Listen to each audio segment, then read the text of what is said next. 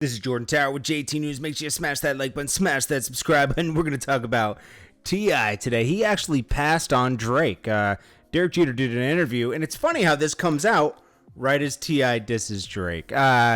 So we already knew that this happened, but they went into more detail about it. So T.I. signed Meek Mill early.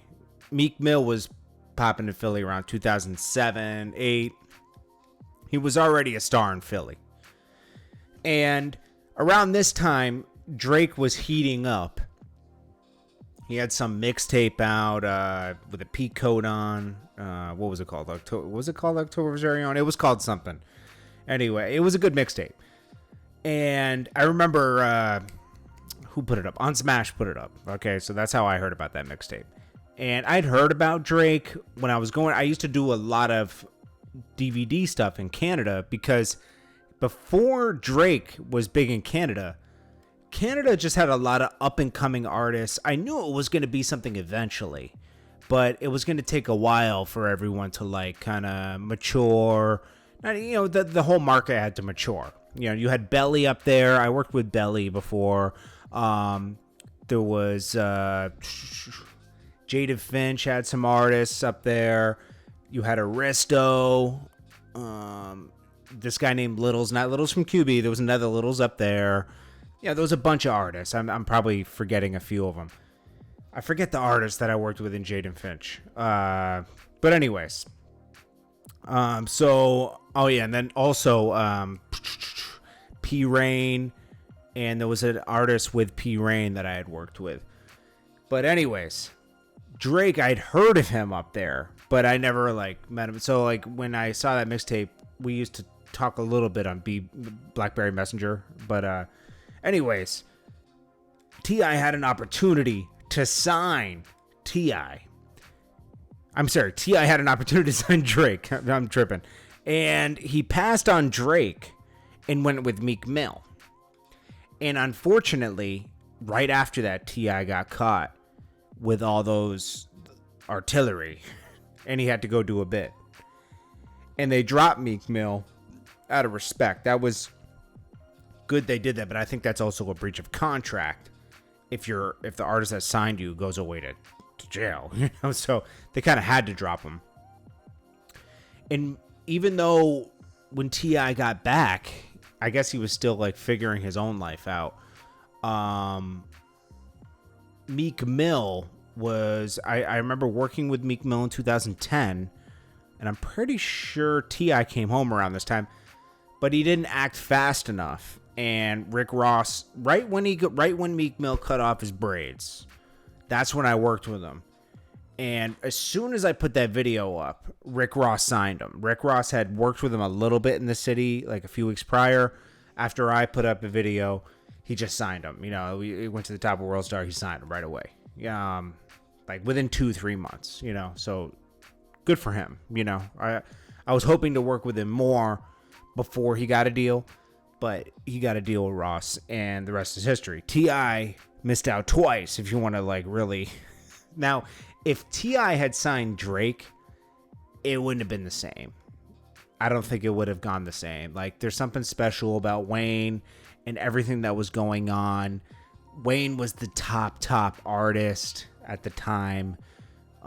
He was what Drake is now then, and T.I.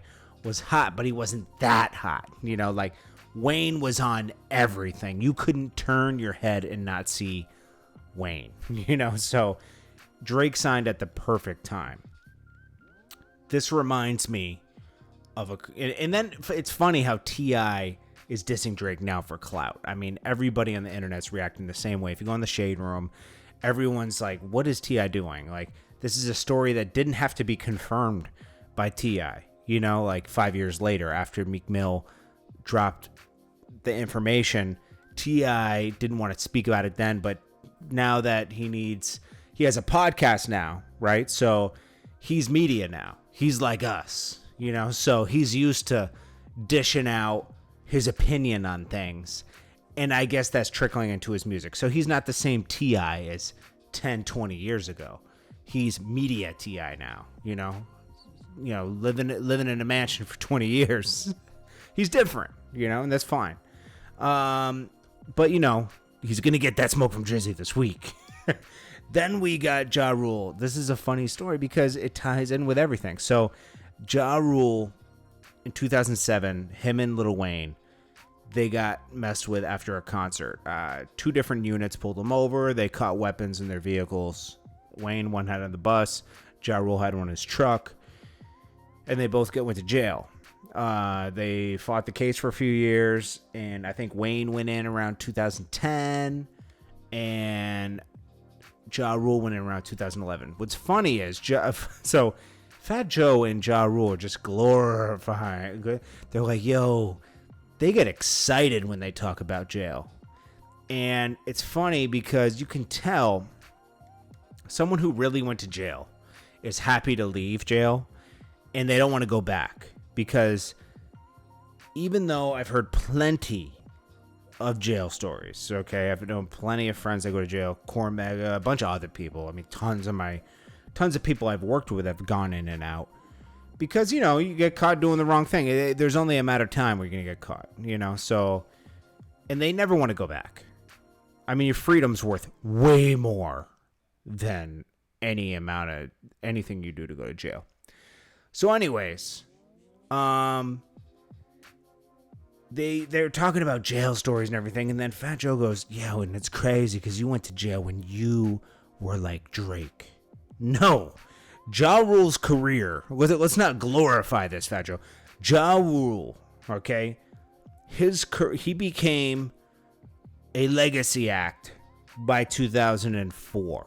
50 Cent had done all the damage he could do in those past 2 years.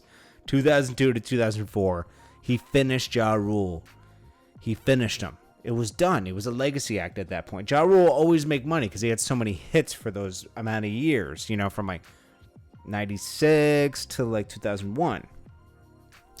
But after that, he was a legacy act. It just, they tried to blackball the wrong guy, 50 Cent. 50 Cent got in position.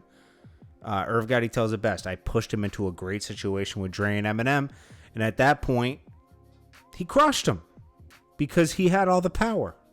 50 Cent became the biggest artist, and the biggest artist took all the credibility away from Ja Rule. Ja Rule didn't have much credibility to go with anyways, but 50 Cent pulled the curtain back. Like, hey guys, whoosh, it's really Supreme getting these guys that protect these guys, and, it was over. But, Ja Rule's always going to be Ja Rule. I don't care what happens. We all know a Ja Rule in our life. Okay? Somebody who's got talent, but is overly confident and makes a lot of mistakes, But like the way they were talking about jail was like, dude, it's not that exciting. Like, yo, I had eggs in jail and I had vegetables. I was the man. It's like, dude, okay. You could be the man outside. You can go to the store. You can go to Kroger's and get some vegetables and some eggs, my G. And all it takes is you not to go to jail. And you went to jail for having a weapon in your car. You should have had security. I mean, it really shows that you had no money to pay security. Seriously. Wayne shouldn't have had a weapon on the bus either. He should have had a security guard. Wayne had money too. I don't get how that happened. I don't even think he gets how that happened. I remember how mad he was after that happened. He wanted to fire everybody. Remember how mad he was at his DJ? He was mad at Cortez. He couldn't believe that nobody protected him from this, and that was that. Anyways, this is Jordan Tower with JT News. I appreciate you guys. And I'll check you guys in the next one. I hope you guys have a great day. Protect your energy. Do not value your time. Don't give your time to anybody that doesn't deserve it because you're taking time away from your success. You need every minute, every hour, every second. And if it doesn't benefit you, and you're not immediate family with a person, you can't just keep helping people do things. Help me do this, man. help me film this, help me do this. When you film this for this person, you're losing tons of your own time where you could be working on your own project. Meanwhile, you're helping them do their project. They're moving forward. Always think about stuff like that. Don't give someone else your time if it doesn't benefit you in any way. Seriously, that's like, it sounds selfish. You can only do that once in a while as like charity. You can't do it often. Once in a blue moon, You should only be, a good friend is there when it counts, when it matters, when they need you. Like seriously need you, like emergency, Other than that, don't just willy-nilly give your time away, all right? Real friends are there when it's an emergency and it's like necessary for you to be there for support. Appreciate you guys. This is Jordan Tower, JT News, and I'll check you guys later.